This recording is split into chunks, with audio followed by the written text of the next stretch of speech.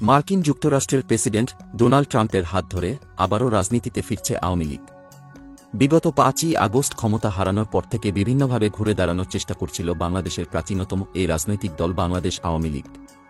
সকল চেষ্টা বিফলে গেলেও এবার তারা চেষ্টা করছে সম্পূর্ণ ভিন্নভাবে। তারা এখন ফিরতে চায় যুক্তরাষ্ট্রের প্রেসিডেন্ট ডোনাল্ড ট্রাম্পের হাত ধরে। কিছুদিন আগে দলের পক্ষে লবিস্ট নিয়োগ করেছিলেন শেখ হাসিনার ছেলে সজীব ওয়াজেদ জয়।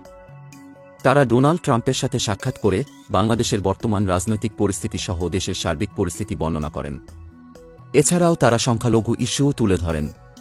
তারা সংখ্যালঘুদের উপর হামলার কিছু ভিডিও চিত্র তুলে ধরেন ট্রাম্পের সামনে।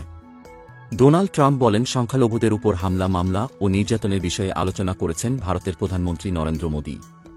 তিনি বলেন, তিনি বিশ্বাস করেন বাংলাদেশের সংখ্যালঘুরা শেখ হাসিনার কাছেই নিরাপদ ছিল এবং ভবিষ্যতেও থাকবে।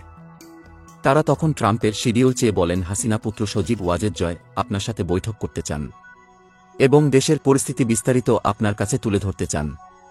ট্রাম্প আশ্বাস দিয়ে বলেন, শীঘ্রই তিনি বৈঠকে বসবেন সজীব ওয়াজেদ জয়কে নিয়ে। এমনকি শেখ হাসিনার প্রতি অন্যায় করা হয়েছে উল্লেখ করে ট্রাম্প বলেন, শেখ হাসিনাকে ন্যায় বিচার পাইয়ে দিতে শুধু যুক্তরাষ্ট্র নয়, অন্যান্য রাষ্ট্রগুলোকে সাথে নিয়ে তিনি শেখ হাসিনাকে ন্যায় বিচার পেতে সাহায্য করবেন। BD political updates, Dhaka.